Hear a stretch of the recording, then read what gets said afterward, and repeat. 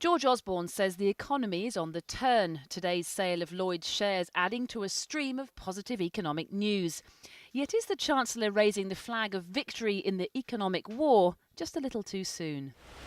He's come here today to a Lloyds office in Birmingham to emphasise that the recovery is still on track, that the government selling a stake in Lloyds is further evidence that we're turning the corner. But is the Chancellor telling us the whole story? With the boss of Lloyds by his side, he was certainly sticking to that story today.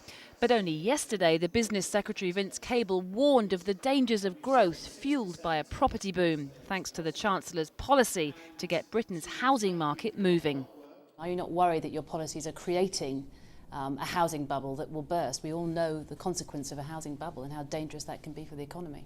I think we are a very long way from problems in the housing market when house prices are 25% down on what they were, when, for example, transactions are 2/3 of what they were, when mortgage approvals are half what they were. We are a very long way from that. Now, we have given the Bank of England powers they never had before to deal with a housing bubble as and when it emerges.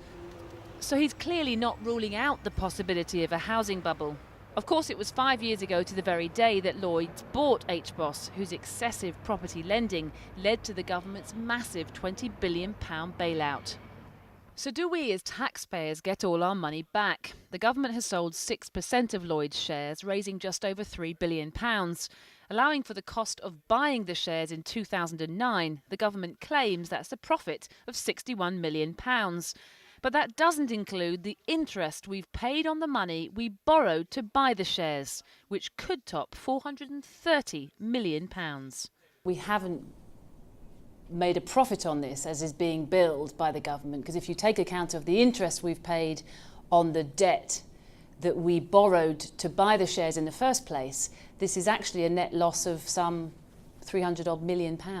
I've acted on independent advice that this is a good time to sell, that we are selling and those shares at a price that is above what the previous government bought them for. And as I say, you can use all sorts of different numbers and levels. I think for most people at home, they were bought at 73p, they're being sold at 75p. Of course, we invested another £45 billion into the Royal Bank of Scotland, more than double the amount we sunk into Lloyds. But with RBS shares still far below the price we paid, any prospect of privatising that bank is still far into the future.